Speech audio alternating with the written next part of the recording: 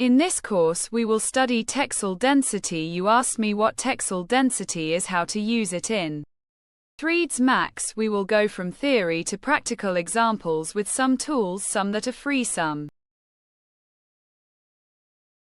tools are paid. We will see the differences, like this one is free, and we will also see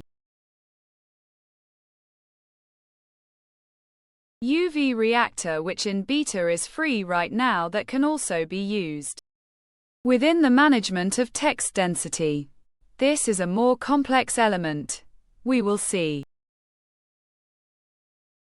But referring precisely to how text density is managed, we are going to study the theory first, then practice. What is text density? Why is it used? What relationship does text density have with the 3ds master unwrap? How you export elements within the Substance Painter 2.